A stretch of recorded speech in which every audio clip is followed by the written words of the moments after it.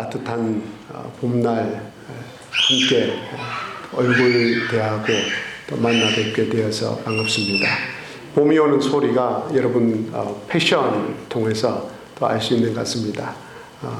검은색보다 또 파란색, 노란색이 또 보여지고 또 그렇게 밝게 입으시니까 아주 좋습니다. 우리 육삼수 원장님, 목사님이 검은 옷 입지 말라고 했다 아닙니까?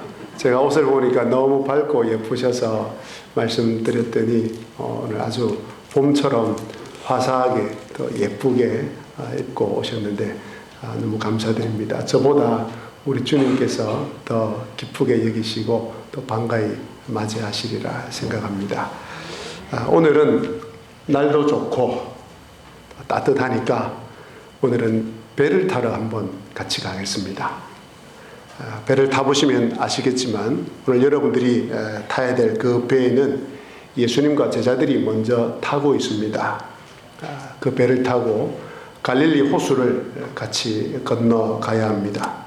그런데 이 갈릴리 호수는 한 번씩 예기치 못한 큰 풍랑이 일어납니다. 그러니까 출발하시기 전에 멀미를 하시는 분들은 멀미약을 미리 드시고 출발을 해야 되겠습니다.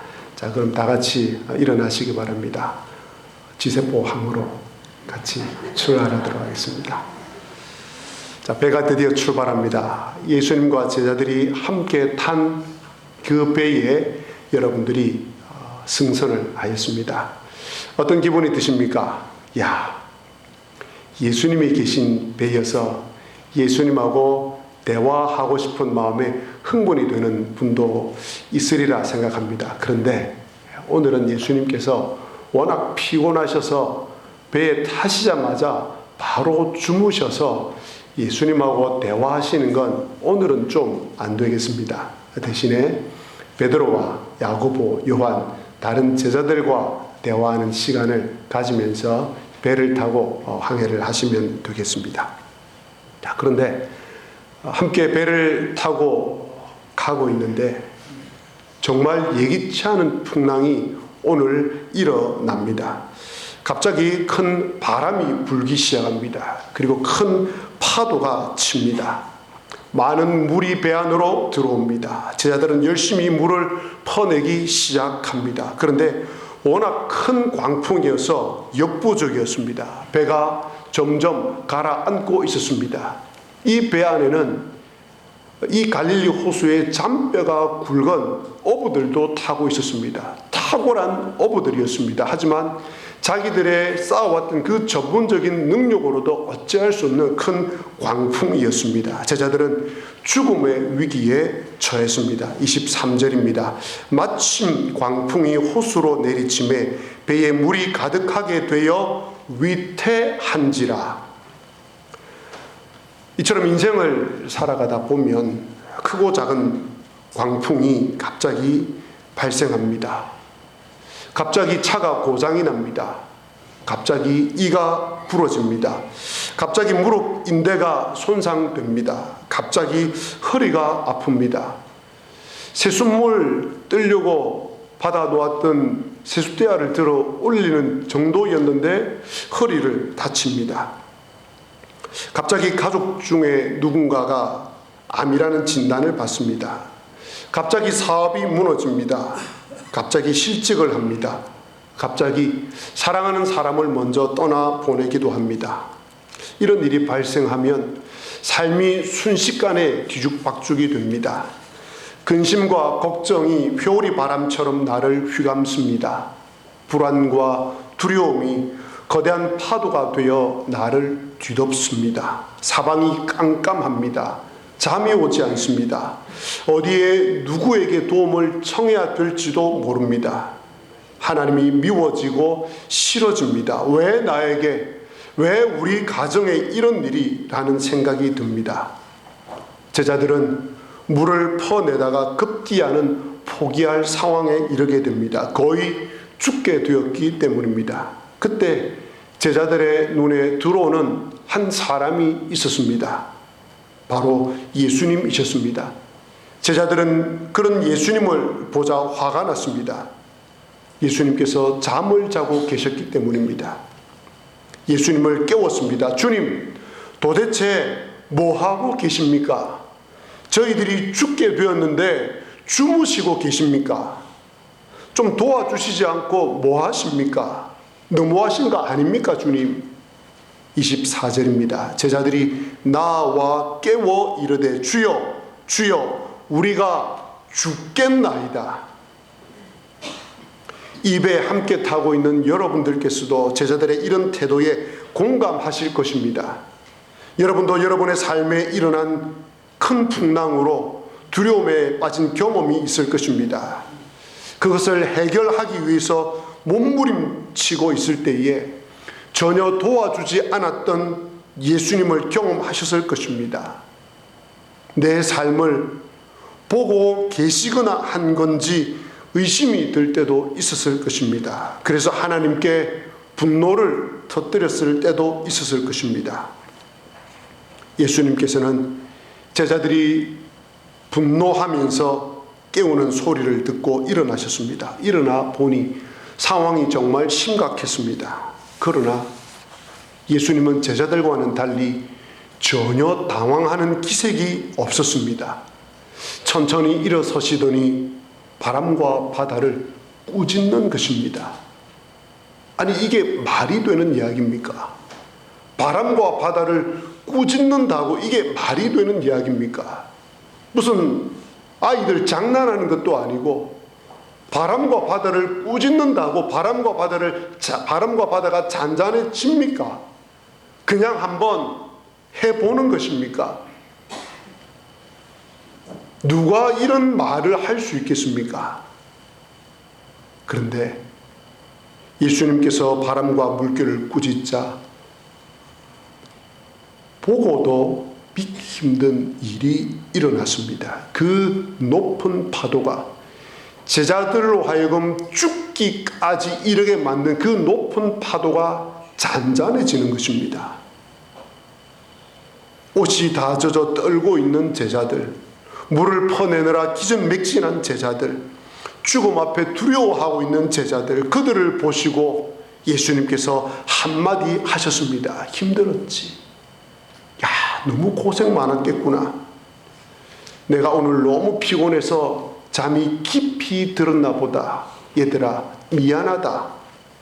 이랬으면 얼마나 좋겠습니까?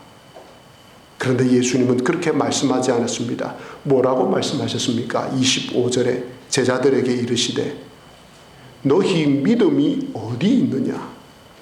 너희 믿음이 어디 있느냐?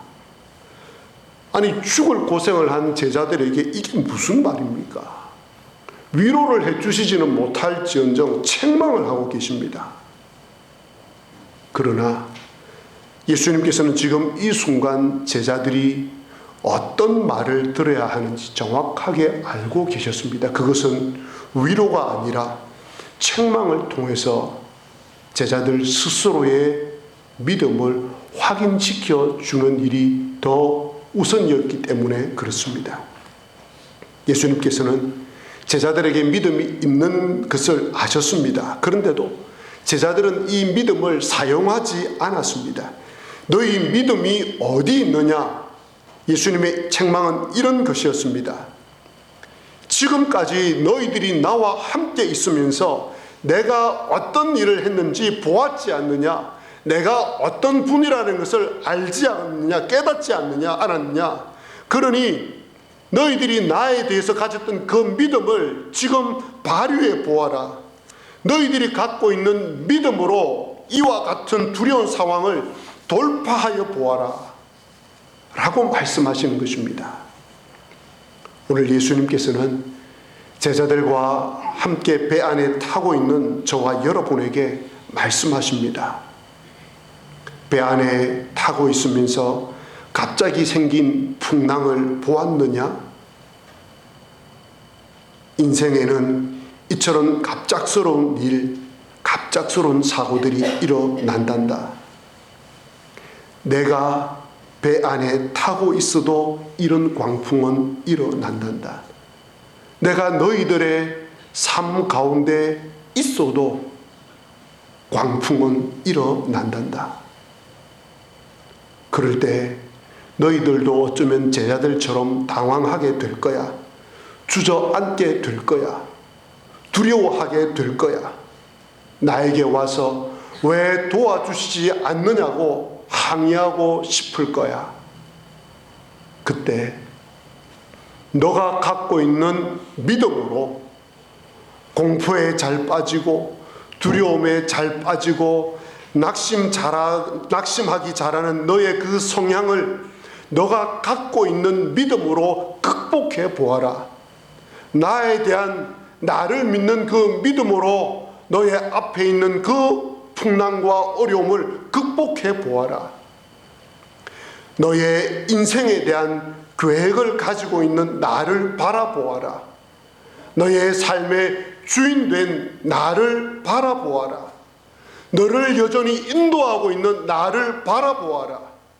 그리고 너가 풍랑 가운데 있는 너가 여전히 나에게 속해 있음을 기억해라. 여전히 변함없이 내가 너를 사랑하고 있음을 기억하거라 라고 주님께서 오늘 말씀하고 계십니다. 이것이 너의 믿음이 어디 있느냐라고 오늘 주님께서 우리에게 들려주시는 말씀입니다. 아니, 예수님이 도대체 누구이기에 이런 말씀을 이 상황에서 할 수 있다는 말입니까? 이 말씀을 하시는 예수님이 어떤 분이십니까?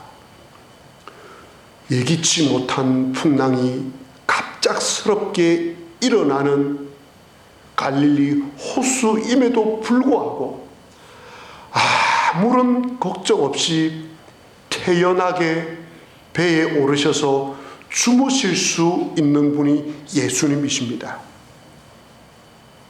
예수님께서는 여러분이 타고 있는 인생의 배, 여러분들께서 타고 가시는 그 인생이라는 배 안에 여전히 계십니다. 그 예수님은 여러분이 광풍을 만나서, 인생의 크고 작은 광풍을 만나서 가라앉을 때에 죽도록 내버려 두시는 분이 결코 않으시다는 사실을 믿으시기를 바랍니다.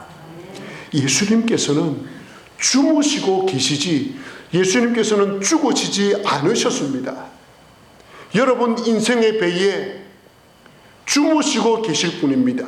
침묵하고 계실 분입니다. 하지만 여전히 여러분의 인생이라는 배 안에 주님이 계심을 믿으시기 바랍니다. 그러니 두려워하지 마시고 믿음으로 그 주님을 깨우시기 바랍니다. 예수님에게 다가가셔서 믿음으로 광풍을 잠잠하게 해달라고 요청하시기 바랍니다. 예수님을 앞에 두고 믿음 없는 행동을 하지 마시기 바랍니다. 예수님을 믿는 믿음을 작동시키시기를 바랍니다.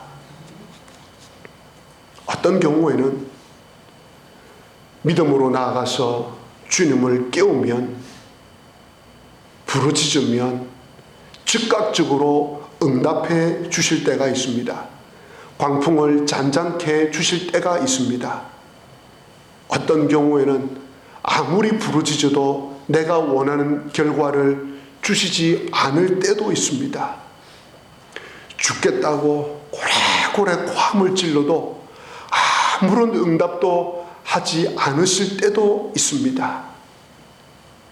여러분, 바로 그때 내가 원하는 결과를 얻지 못하고 불행으로 끝날 때조차도 이 하나님을 끝까지 신뢰하는 것이 믿음이요, 믿음 믿는 사람입니다. 저도 제 인생에 있어서 기억에 남을 만큼 죽을 것 같은 경험들이 있었습니다. 주님께 나아가서 주님, 죽겠다고 좀 살려달라고, 주님 좀 도와달라고, 내가 지금 죽겠으니까 제발 좀 도와달라고 부르짖어 보았습니다. 그런데 아무것도 달라지는 게 없었습니다. 낙심한 채로 다시 또 죽을 수밖에 없는 상황이어서 또 살려달라고 죽겠노라고 부르짖어도 아무런 응답이 없었습니다. 세월이 지나서 여기에 와서 이쯤에 와서 그 일을 돌이켜 보았습니다. 아, 하나님, 내가 죽지 않는다는 것 알고 계셨구나. 죽을 것 같았지만 죽지 않을 거라는 것 알고 계셨구나. 그러면서 제 마음속에 죽겠다고 살려달라고 했던 그 시기, 그 과정, 그것이 나에게 필요했었구나. 즉각적인 응답이 필요한 것이 아니라 주님 앞에 나가서 울면서 불면서 살려달라고 때를 쓰고 기도했던 그 과정이 나에게도 중요한 일이었구나.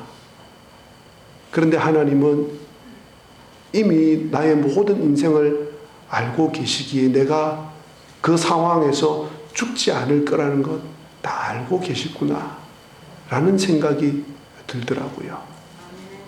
그래서 이제는 믿음이 조금 생긴 것 같습니다.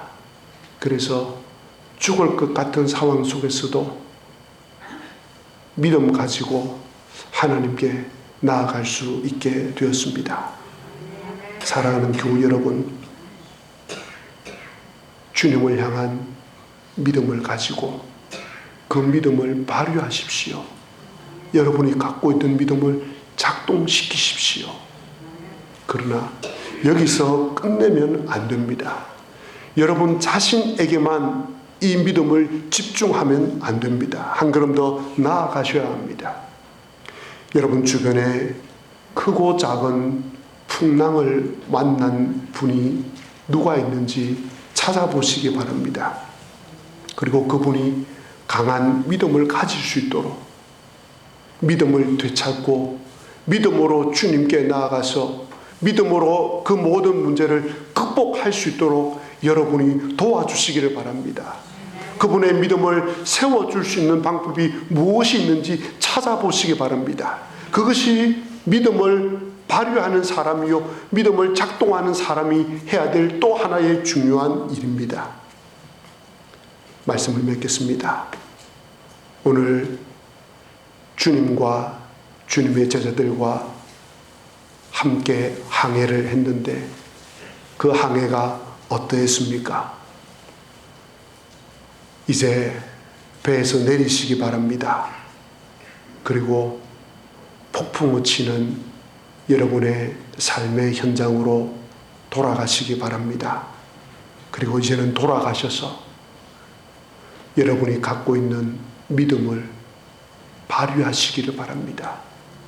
두려워하지 마시고 불안해하지 마시고 여러분이 갖고 있는 믿음을 가지고 주님을 깨우시기 바랍니다.